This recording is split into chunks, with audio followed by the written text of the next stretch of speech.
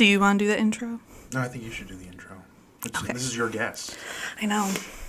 I just really... So if it's bad... No. I've known Mother Susan since I was in middle school. Also, I just needed to not only read comic books and watch Star Trek this season, as much as I enjoy all of that. You said you hated What? every comic book you've read. But I'm sure there's going to be one that I'll like eventually. You think I'm not gonna leave this in? I know. I'm gonna leave this in. I did really like the Star Trek movie. Anyways. Right. It's okay. Watchmen only won the Hugo Award. It's fine. I know. I felt so bad about it. Okay. Hello and welcome to Tea Time Theology. I am Ivy Swinsky and... I'm Taylor Wilkie. And today we are talking to Mother Susan about the new Knives Out movie, which is... Oh, I should have written down the full title. I think it's Dead Knives Man. Out, Wake Up, Dead Man. Wake Up, Dead Man. Hello. How are you doing? I'm good. How are you? Good. Do we want to start with just a basic overview? This is your sort of classic murder tale of someone dies and then we need to figure out who killed them. Mm-hmm. But there's a couple interesting things that do happen because it's based in a small village church, which is a little different than where your normal murder mystery is. Though I don't know, I think that the BBC has made a lot of money on priests solving murders. Oh, yeah, they have. I believe in my estimation, quiet small towns is where the most murder happens. And you have a small quiet town church. Have you been asked to solve a murder yet? Yeah. Not yet. Not yet. No, but could you though? Absolutely not. Because if you asked me, so what did that person that just said hello to you look like? I would not be able. No, I'm not a good material witness. No. I feel like that's important to know about yourself. Be like, yeah, I'm not helpful that way. That's fair. So I sort of have three overarching questions. The first one is, we see a lot about confession and the idea of absolution in this movie.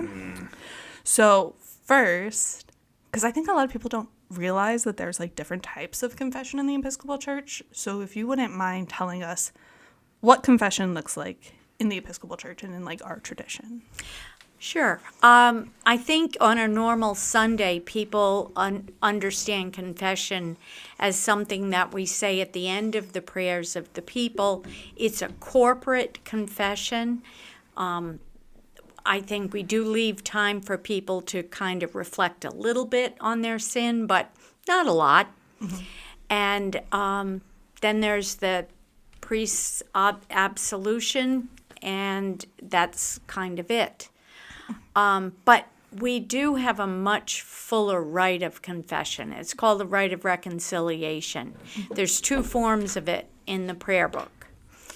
And you would make an appointment with your priest.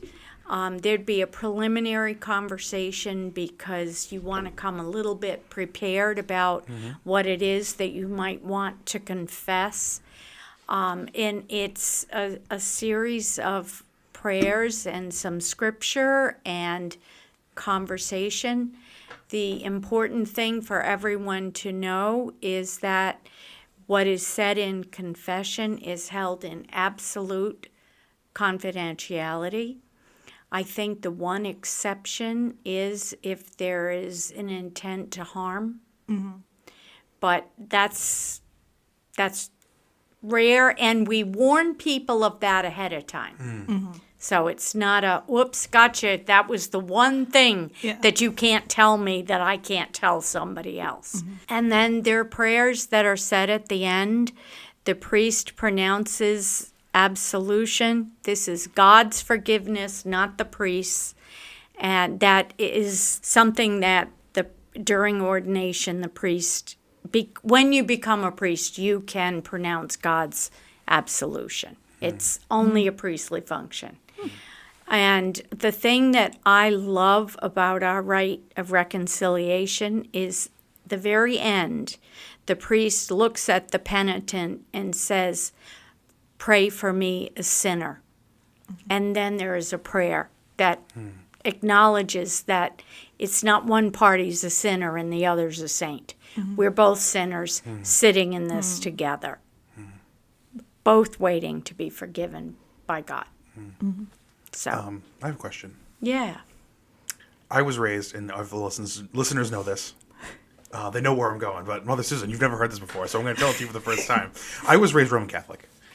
I'm not a cradle Episcopalian like Ivy here. And confession was like something that was like forced upon me in like first grade. That's a lot. That's a lot. And it is. And then say, oh, and by the way, do you guys say the act of contrition? Before? It's Is it part of probably it? built into, there'll be something like that Like, built into oh my that. God, I'm heartily sorry for having offended thee. Well, yeah, there'd be a prayer, something like that. Yeah, I mean, like, Ivy, when I tell you this is like the most serious, and you have to go into the box Man. and like sit across from the person who you know is the priest. That because when I grew up, Catholic churches only had one priest each. There was very rarely where they had multiple priests, and it was a scary time. And I think it's one of the things that turned me off from church for a long time. Yeah, that sounds traumatic. Yeah, so like that whole scene, that scene where they're sitting in the garden and having like a nice little talk, about like confessing to each other. I'm all like, I don't know. It's more like when what's her name walks out of the booth, and Yeah. it's just like, oh. So yeah, so no big long speeches that you have to memorize in the Episcopal Church. Oh, we have a book, and we just okay. use the book. It's all open book. It's all open book. Oh, yes. okay. Because they said you got to memorize this. If you get it wrong, That's just something else you got to confess. That's another going to- confession. you're going to hell. Oh my God. Yeah. 10 extra Hail Marys if you get it wrong. I don't feel like I could have hacked it in the Catholic Church. I really don't. Ivy, it's so bad. Like I haven't been a Catholic or a Roman Catholic for probably a decade and a half, and I still feel guilty about not going to Catholic church. Oh, I'm having thoughts. You can say them. That's what the podcast is for. Yeah, maybe not. First of all, I think confession when you're in the second grade is terrifying. And I think yeah. it can really alter your relationship with the church and perhaps even with God, which would be even more important, which bothers me. However, there is something very valuable in making a confession, in sitting with yourself and thinking about, these are the things that I do that separate me from the love of God, which is what sin is. And without confession, there can be no transformation. You have to name what's broken before you can fix it. And you fix it with the grace of God, because we all need that grace. So I'm getting ready for Ash Wednesday. Yes. And there is the Litany of Penitence, which we pray during the Ash Wednesday service. 12 separate petitions where we basically name the categories in which we sin. The ways we hurt the environment, the way we hurt our neighbor, the way we hurt ourselves. All those things which I think of as the ways in which we break God's heart. And then we sit with those, at least I'm asking the people at Trinity Church to sit with those throughout Lent. You know, take the time to really flesh out the ways in which we are broken. And then watch the miracle of Easter and God putting us back together again. So, I mean, there's a lot of positive about confession. And that, I think, sort of leads me into my next sort of question about confession, which is there's a lot of emphasis in the film put on letting people have their confession at their own time. That, like, you need to sort of, especially with... Oh, No, No. he was abusing No. confession. I was talking about when that Martha needed to Martha. confess by Right, herself. Right. Yeah. No, he was abusing confession. Yeah. So maybe we can talk about both, how like each priest used confession in sort of different ways, and one in sort of very like a loving, inviting way, and one to just straight manipulate. up people. Yeah. Yeah. Yeah. No, to be invited to make a confession in your own good time, make space for it.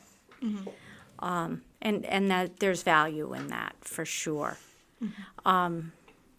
When you were in the second grade and you had to go to confession, you were desperately thinking outside that confessional booth what you were going to confess. Well, that's because you got to confess something, and Right. I'm like a child. I'm literally. I don't know if it was second grade. It's whenever It's first communion. usually second grade for first communion. Yeah. So and I'm like, okay, what do I like? I don't know what I haven't done anything wrong in my head, and I Right. had to go and sit there and say something. It's not the way to go. I don't think.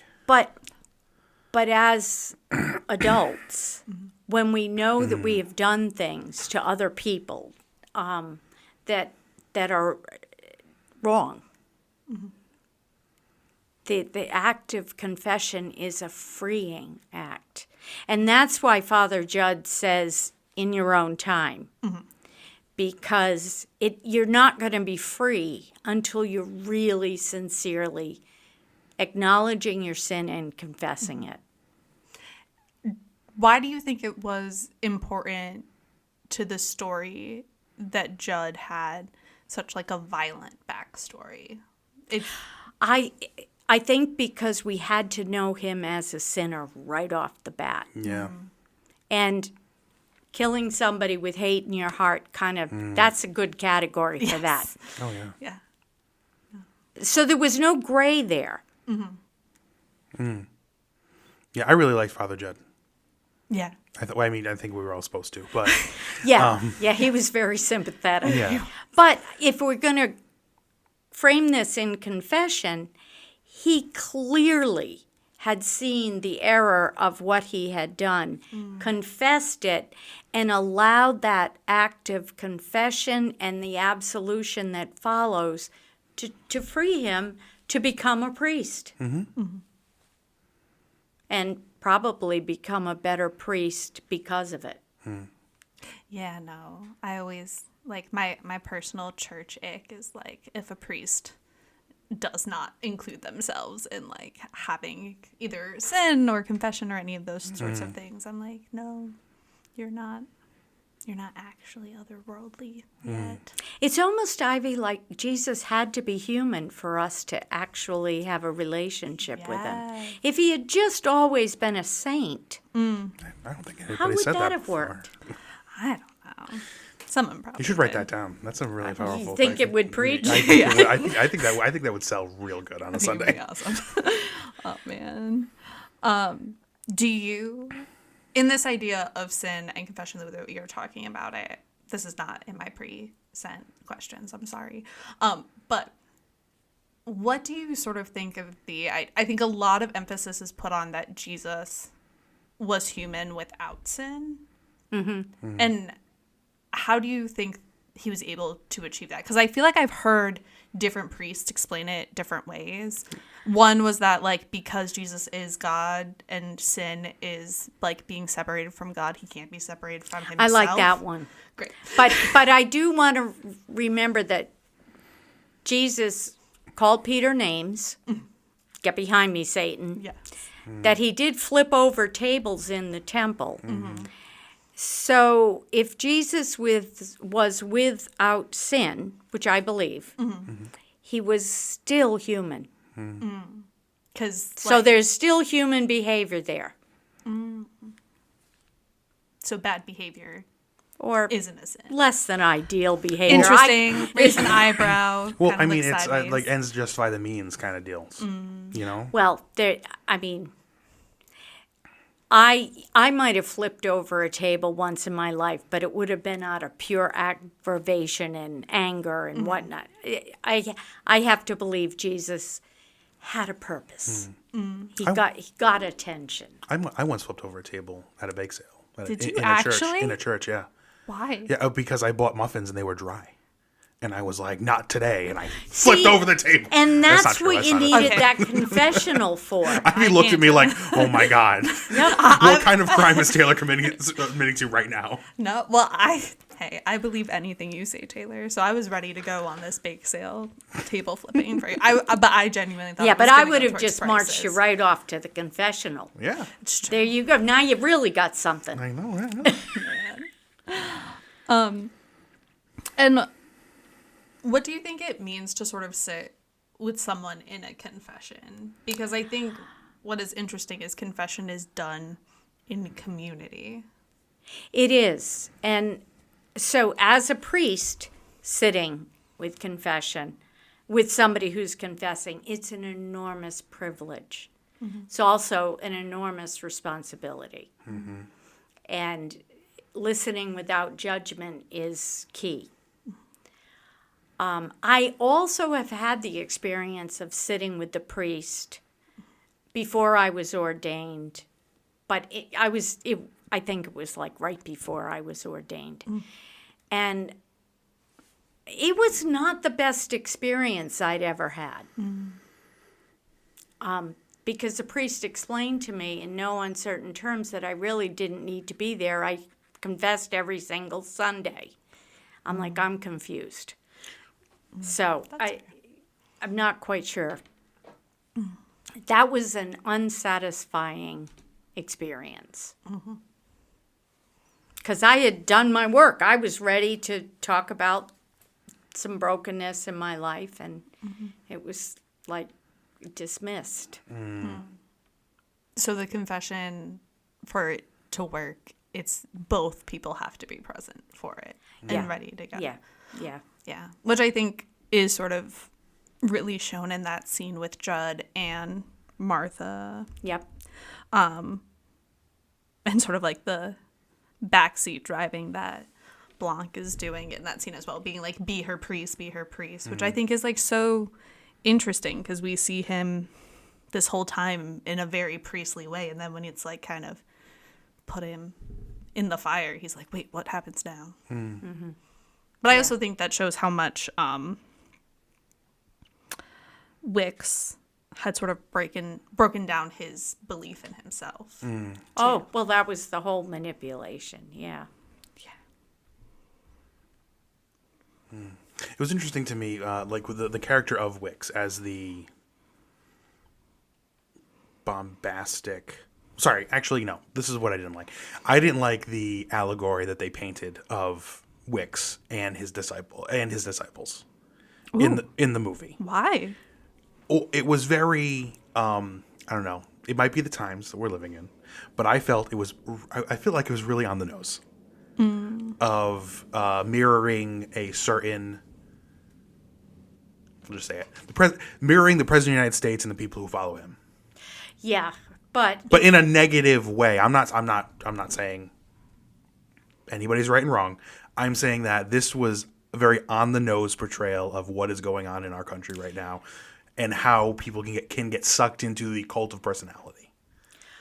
right, and how they can get manipulated through the use of fear. And faith. Yeah. Yeah. Well, we have other examples of that. I mean, go back to Jim Jones. I mean, this is something that's been going on Who is Jim Jones? forever. Long time ago, drinking the Kool-Aid. Yeah, the Kool-Aid guy.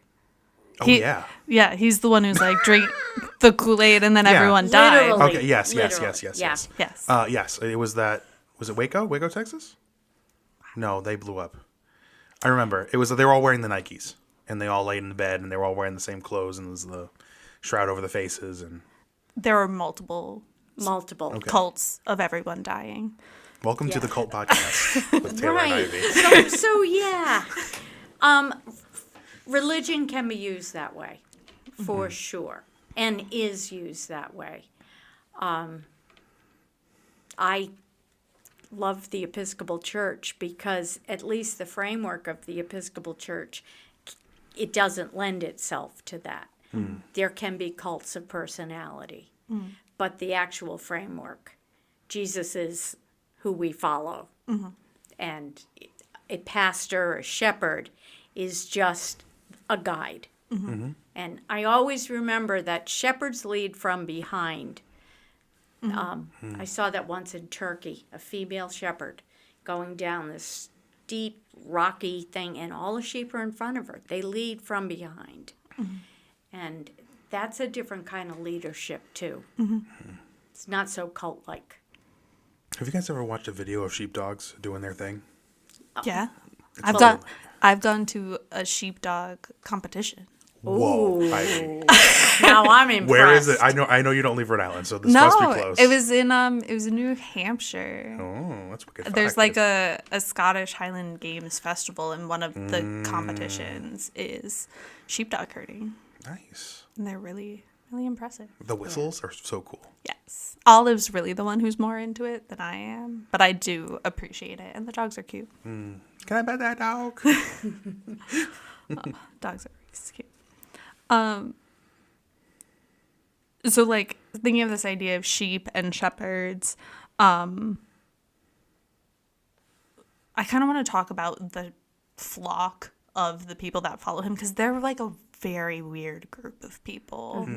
And I do think they do a good job of showing that like everybody comes to something for a different reason. I don't know if I have a question, but more just like thinking about them as a whole. Yes, Well, I mean, I had the same thought of Mother Susan. While you were watching, were you able to identify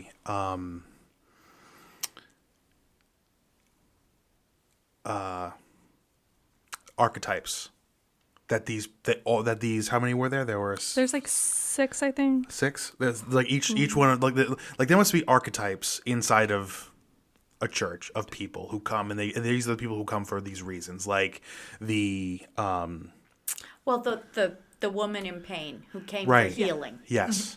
And then there's the doctor who comes, who was already there, but he's still there Because of the divorce. Then there's the book guy. Yeah. He was there because his books didn't sell, I think. He was a successful author. Yes, all of that's that what it was. fell apart once he was with this church. Yes, so he's like kind of the inverse. And then you have Cy, who's like the bastard son. And then Vera, who I just felt so bad for. I was like, she's the only one whose life didn't blow up, that I was like, good for you, girl. Get out of there. That's Scandal, right? Yeah. Yeah. Yes. Yes, Scandal. I was like, oh, Scandal's. When I saw her, I'm like, oh, Scandal's in this. And then there's Martha, who I think is fascinating because I think she's the only one that like actually believed in everything and like knew what he was doing. And she was like, no, I understand the context. Because like Simone was like so devastated when she found out it was a lie. So I think it was fascinating that Martha was like, I know it's a lie and I'm still choosing this. I think it's Martha was an interesting character because these two people it seems like just grew up together. They grew up together in this town at this church, and they both really drank the Kool-Aid really hard. Yeah. Yeah. And it changed them in really significant ways. They were so far from the people that God had created them to be. And if you think about that, that is the exact opposite of what your faith church is supposed to help you do. It's supposed to help you be the best version of the person that God created you to be. Yeah. And I think what's interesting about Martha, too, is that I think she felt chosen by his father. Yeah. And, like, her relationship with the father, I thought was interesting to then with, like, the Wix's mom. Like, that whole dynamic was so fascinating between them. And the idea that, like, feeling chosen so young then, like, changed how she lived the rest of her life. Like, trying to see all their names. There were a lot of characters in this one. There were a lot of characters in this one. Yeah, I had to have subtitles on. I just... I watch to everything keep with track. subtitles. They make me hear better. Yeah. They really do, though. I genuinely think that. No, I can't do that actually. I have the ADD, and I can't have the subtitles because I'll start reading them, then I will stop watching the movie, or I'll like foreign films are a no go for me because I will just read, and I'm like might as well just read those scripts. Like, Yeah, just read the like, book. I don't need I don't need the screen. That's fair. No, absolutely. And sort of thinking of them as this flock and shepherd, I just want to know your like reaction to that fake Bible study, which because you've been an associate rector before. Yep. Did you ever like have people treat you that way, or like, and not to name names, but like, have you ever sort of like felt in that sort of way as like, is it harder to be an associate rector? Is it not? Is it? In the situation I was in, it was fine. It was not hard. I have got colleagues for whom it's a difficult role. So it depends. And it depends on the rector's ego. If the rector, like Wicks, if the rector has an ego, like, you know, I'm all it, then it's very hard to work with or for someone like that. And I see colleagues struggle. I was blessed. That did not happen. That's good. But yeah, I just thought it was funny that they were like, this isn't a real church sanctioned Bible study. And he's like, we're in the church. There are Bibles. And I'm a priest. Like, this isn't. But they really meant was Wicks hasn't sanctioned this. Yes. That was their, and it was all out of fear. He was controlling them by making them afraid. No. Yeah. I think the concept of fear in this movie is very interesting because you see it manifest in so many ways. And I think what's interesting is when Judd sort of has that fear, he sort of is like, let me take on these extra burdens. He's like, yes, I definitely killed this person. And everyone's like, no, you probably didn't. But like, you've decided you did, as like taking on other people's like sins or burdens. And that's how his reaction to fear is, while other people are like projecting instead. And I was just wondering if you sort of think I think that's a very human thing with fear. I think it's a very manipulative thing. I think it has no place in the church at all, but I think it has had a place in the church for 2,000 years, as well as any other institution. And I just go back to the most often repeated phrase in Scripture is, do not be afraid. I haven't actually done a count, but other people have. Yes. And it's the most often repeated phrase from Old Testament all the way through Revelation. So if we're going to church and we're being made to feel afraid, then there's something wrong. Yeah. I feel like we should just stop now. No, I'm joking. Yeah, we have 15 more minutes. We have 15 more minutes. But no, I feel like that makes so much sense in thinking about fear. And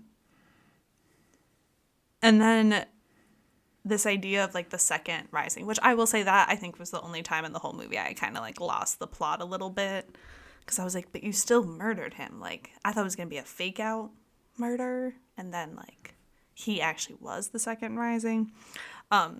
Which was done very well. I thought that was done very well. It explained it really. I didn't understand her logic. Like, everything else made a lot of sense. But Whose logic? Mary's? Martha's. Martha's? Sorry. Yeah, Mary and Yeah, Martha. she was the driving force. She which was. I had to watch the movie twice to actually really get that part. And I mean,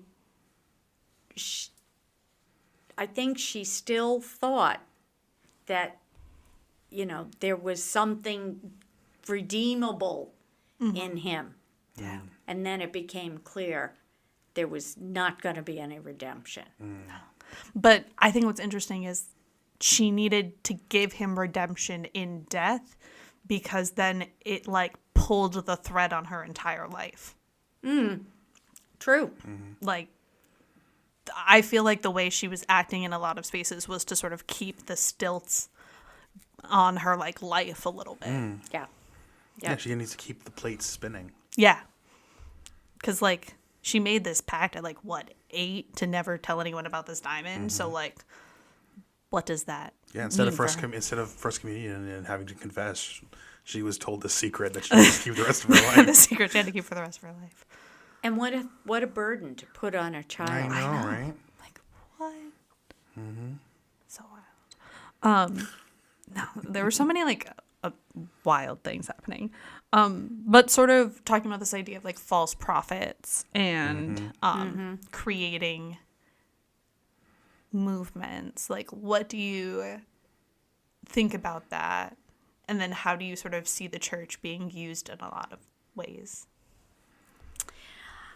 I don't know. Bishop Curry made it so easy when he said, if it's not about love, it's not about God.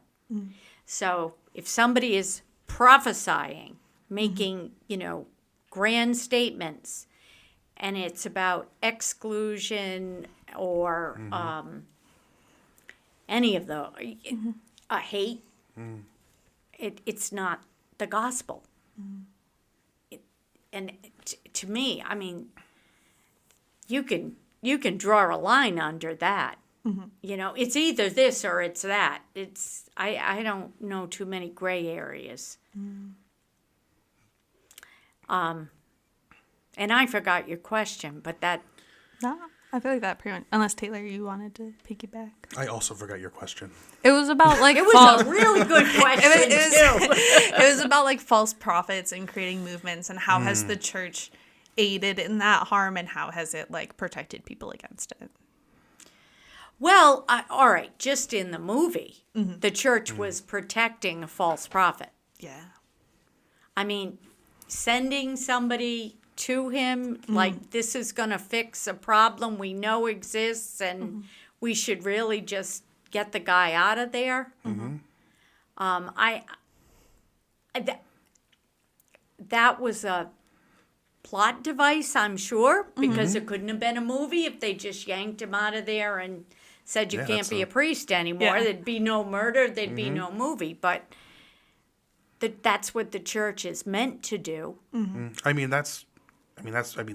Catholic Church is known for doing that. If you're not working out at a church, they'll just take you and move you somewhere else to where you'd be better off. But for some reason, the Wicks had some type of clout or political power, I thought, to stay there. Well, I found it interesting that the grandfather Yeah. started the church. Yeah. Yeah. I also found it very interesting that I couldn't figure out if this was a Roman Catholic church or an Episcopal church. They had the Roman collars on, but there were a whole bunch of marriages and kids. Yeah.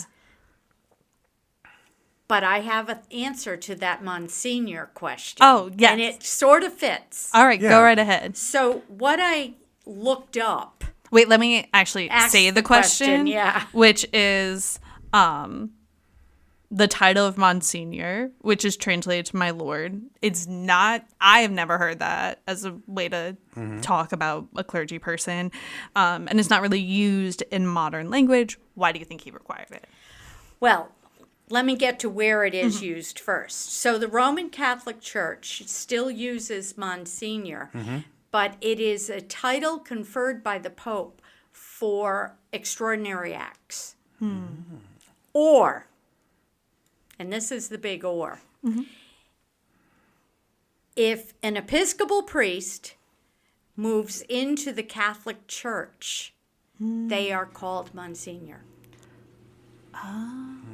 And that would explain How there could be kids, and still, yes. I just, I can get lost in the weeds, and that's just, now my son who works in the business says, sometimes because I'll complain if they're wearing the wrong color. Yeah. And he says sometimes the color they pick just plays better on the camera.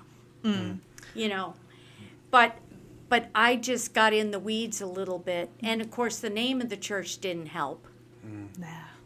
So It sounded very Roman Catholic to me. What was it? It was like the It's like Our Lady of like the perpetual suffering Yeah. or something.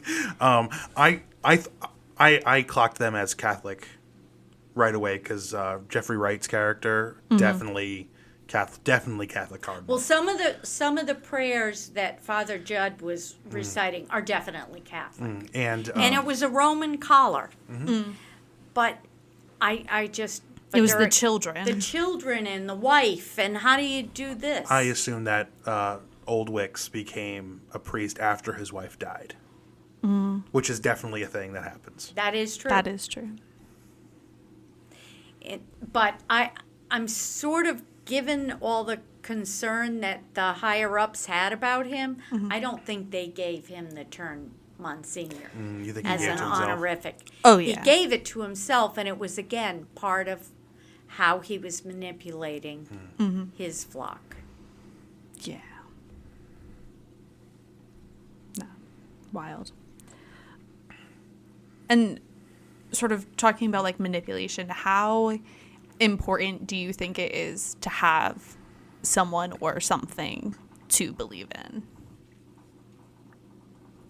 I think we're created to have something or someone to believe in.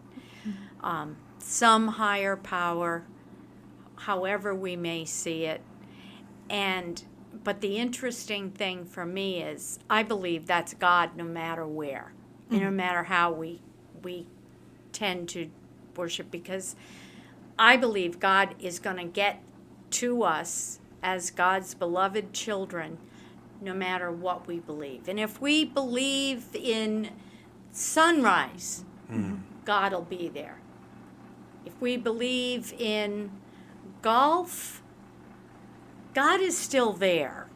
But, It's a little I would harder. still like to have a conversation about playing after church. Yeah. Because while God is there for us to believe in a myriad of ways, Jesus calls us to be in community. And that's what church is supposed to be. And that poor church was a community of broken, misfit people who had been beaten down by the one person who was supposed to lift them up. And I think, so Father Judd actually really showed all those qualities of what a good priest could be if only they would have let him. Yeah, and he gets to show that off, I think, in that scene where he's on the phone with that woman at the heavy machinery company, where like he's like, hey, listen, I gotta go, and all she's like, hey, Father, will you pray for me? And he just like he stops the world, and he says, what do you mean? And he spends the time to listen and understand what she's going through, which is, I think that's what being a priest is all about. Yes. I spend a lot of time around priests, and I feel like you can always tell the priests that make you feel like your conversation can go on forever and they will not stop it, versus the ones that have a stopwatch on. You can always tell. And it is important to sort of have that relationship base, because I think that's the basis of the church in a lot of ways, is relationships. Right.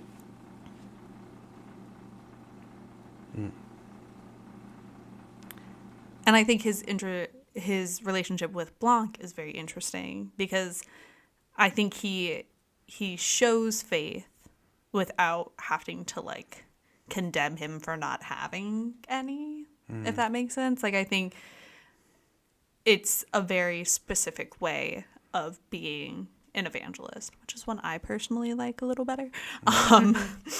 Just keep the door open. Yes. Yeah. Yes. Let's play Guess the Accent. What accent? Where is LeBlanc from? I think he's supposed to be like a southern Yeah, but where? Louisiana. That's what I thought too. What do you think? I'm not good with that stuff. Because I'm Forget like, it. man, he's making a lot of choices with his accent, and I don't know. No. Oh, I was cheating. She's looking it up. But I already gave my answer first. Yeah, but now we're playing Let's look at the internet while we're on the audio medium.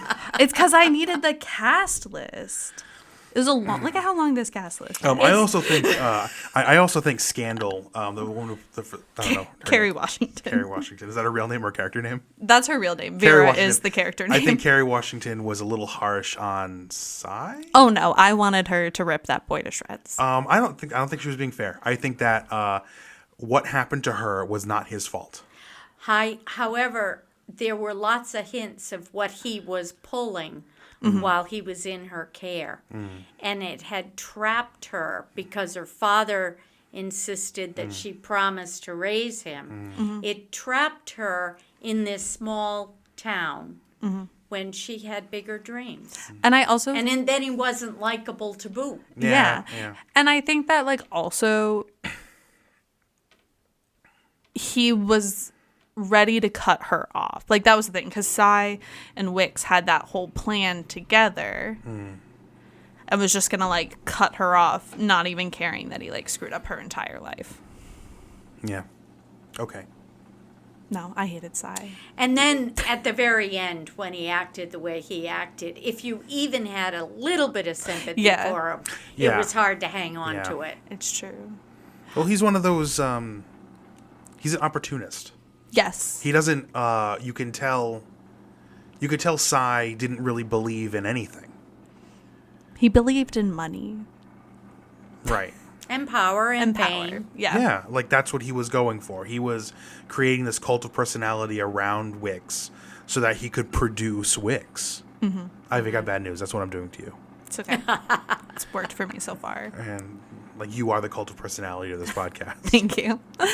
We have a very small following, but that's okay. But I also think what's interesting is how Cy used technology, and I feel like I'm in a lot of conversations of priests and churches and clergy trying to figure out how to use technology. And I just was wondering, like, what your sort of feelings are. I think a lot has changed because of COVID and how we, like, worship through technology and have faith through technology. Yeah, I mean, technology during COVID kept us together. I mean, I remember we had, I think it was Lent 1, and then we had COVID. Yeah. And so we had no Lent 2. By Lent 3, one of the 20-somethings in my parish had shown up with everything I needed to do Facebook Live and got me all hooked up, taught me how to do it. We missed one Sunday. And we were doing coffee hours online with Zoom and all of that. I do know that a lot of people have said, now that COVID is over, we need to get rid of all that stuff and people need to come back to church. I have a lot of people where I am who can't come to church. Yeah. And this has kept them connected. So for them, the COVID and the technology are a gift. And it's not really a hardship on a church to just, we do Facebook Live. So, so get somebody to turn on the phone and make sure one licensed knows that we're licensed with all this music. And, that's a big deal. It is. Yeah. It's important. Oh, yeah. Licensure is important. I remember my wife is a alto section leader at St. Luke's. And we were going to Grace, where the music director of Grace and St. Luke's live. And we were doing, like, we were propping a phone up in a shoebox. Yeah. And recording music that way. Yeah. You do what you have to do, but it has opened avenues for people to stay connected with their church when they otherwise can't. Yeah. And I do think there's a lot of priests that use social media well. Like, there are 2 that I follow on Instagram that I really like. Oh, what are their names? I don't know. I'll pull it up. But I will also say that I recently today got a targeted ad from the Mormons. Oh, wow. Which was like the single funny. I like called my mom in from a different room because I was like, I need you to watch this with me, because it was one of those like, we're Mormons. We help people like unpack their groceries and their burdens. And it was like, I at first thought it was satire, and this is not to like drag them. I appreciate anyone who's like trying to do something different. But it did make me laugh in the middle of my day. That's great. And maybe that was the gift. It's true. Sometimes we just need a good laugh. Sometimes you just Yeah. need like a good, I was, I don't know, I started listening to musicals on Spotify. Love. And all of a sudden I started saying, hey, you listen to a lot of comedy. You probably would like the Book of Mormon musical. Oh, yeah. And it's so good. I Believe is a hilarious song. It's so good. My specific favorite clergy person that I follow is Reverend Lizzie, and she is an Episcopal priest from Texas. She also wrote a book. She's awesome. Everyone should go look at her. And she has her own podcast. Oh, what? Really? Yes. We should get on that. Their podcast is very popular. It's very popular, very good? Yes. Like ours? Yes. Thank you. Okay. But yeah, no, I think it's interesting watching the church trying to meet the 21st century in a lot of ways. And typical of the church, we're already 26 years in. We're Yes. actually a quarter of the way through. Yeah. Mm-hmm. They try. Yeah. I feel like that's actually like the tagline of the Episcopal churches. We try. The city I grew up in, that was the moniker of the city. We'll try. We'll try. Yeah. That's amazing. Like it's on the side of the cop cars and everything. It's like Fall River Police Department. We'll try. I don't know if I'd want that in an emergency. Neither would I. Oh, it's somehow it's worse than living in Sandwich, Massachusetts, and having the cops driving around and it says like Sandwich Police on the side of all their cars. Oh, that is funny. Any sort of last thoughts about this movie? I think there's so many different things we can talk about, but It was a good movie, and I did enjoy it. It was very funny that I had just watched it when you sent me the email. yes. So it sort of felt like, oh, I wonder if the spirit's in this. I can't really say no. Oh, wait. Sorry, we totally forgot to talk about that. This all takes place on Good Friday. It does, yeah.